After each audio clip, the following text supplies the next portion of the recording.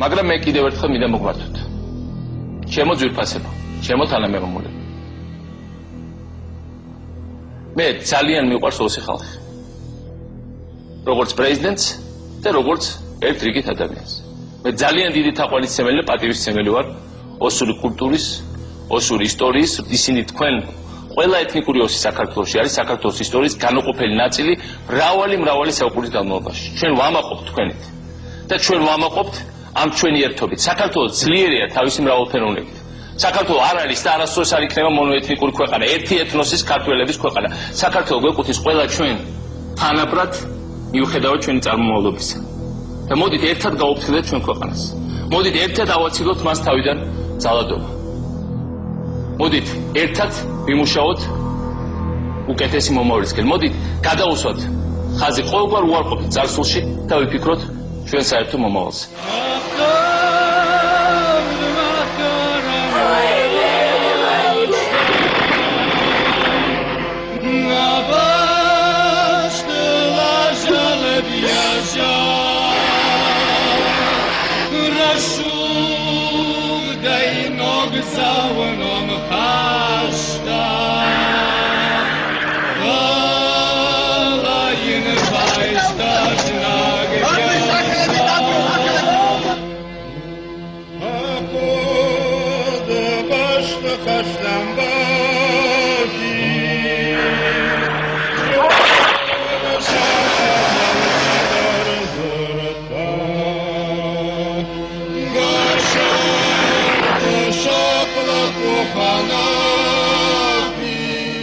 August 8, 2008 became another tragic date on the global calendar. The opening of the Olympic Games in Beijing was pushed to the sidelines when it became known that hundreds of civilians were killed on the night of 7th to 8th of August in South Ossetia, the unrecognized Russian-protected part of Georgia. Whereas in the past centuries all wars ceased during the Olympic Games, now it became clear that the New World Order shall not accept these conventionalities, as well as other conventions like those of a presidential promise to stop the shooting. On August 7th, at about 5 or 3 p.m., Saakashvili made a television address and he said to the Ossetian people that he would stop fighting and they should do the same. Saakashvili said that back then he agreed to negotiate, etc. In a word, this relaxed the people. I went to sleep calmly. It was about midnight that the shooting started, and it was terrible.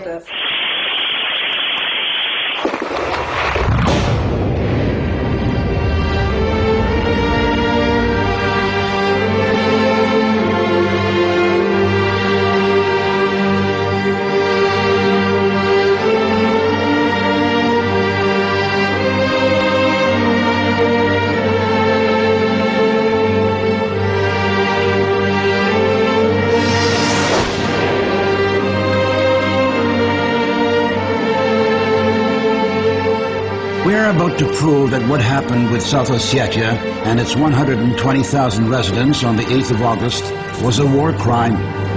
In the civilized world, it is a rule to try rulers responsible for massacres of civilians and genocide by court-martial.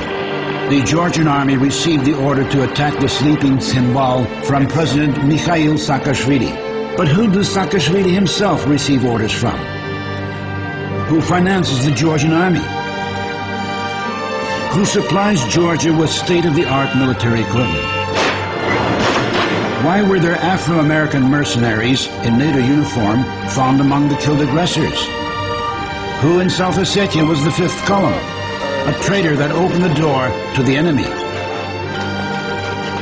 And why did the war in Ossetia dramatically reverse the course of the presidential election campaign in the United States, making the radical Russophobe McCain lagging behind Barack Obama before the war lead?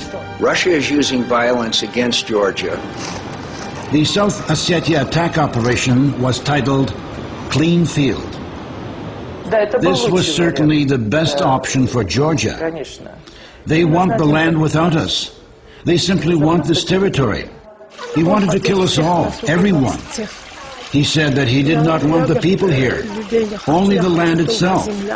He wanted this land for the Georgian people to live on, while we would have been buried in it. Ex facto, this aggression seems to be an attempt by Georgia to take control over the territory of South Ossetia by force. They planned a one-day blitzkrieg to enter the Rocky Tunnel and to present the world community with an accomplished fact. If there is no man, there is no problem. If there's no population of South Ossetia, no one to upset the plans of capturing the fertile lands. They knocked on the basement doors. They said, "Come out, you Ossetians.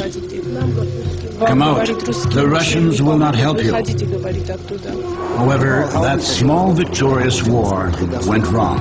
It was already in the evening of August the 8th that the Russian army entered South Ossetia through the Rocky Tunnel, and by August 10th had already forced the Georgian aggressors back to GUERRA. It was only then that the world community noticed that an irreparable event took place in the Caucasus. The United States of America stands with the democratically elected government of Georgia. Today, we are all Georgians. Right now, we're focused very heavily on getting Russian forces out of Georgia. However, to the global public opinion, it was the Russian intervention into the conflict between Georgia and South Ossetia, rather than the genocide of Ossetians and killing of Russian peacekeepers, that was considered irreparable. The victims of the Georgian aggression were generally civilians, farmers, whose only weapons were shovels and rakes. I ran out and saw an old man, 94 years old, being shot point blank. What was he guilty of? Crimes are usually committed at night, and all witnesses are eliminated. This time was no exception. However, Georgian soldiers were so proud of their man-hating mission that they recorded the attack on the peaceful city and killing of its residents with their own cell phone cameras. Therefore, we now possess ample evidence of war crimes committed by the Georgian army.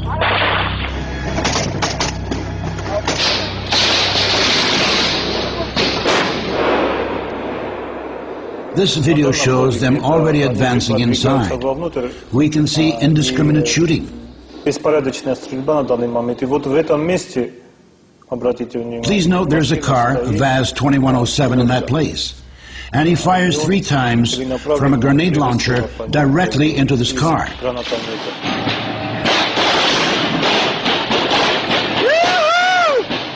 Please note that the machine starts to burn. There was a family of 3 people in it. The soot you can see is generated by the very automatically mounted grenade launcher.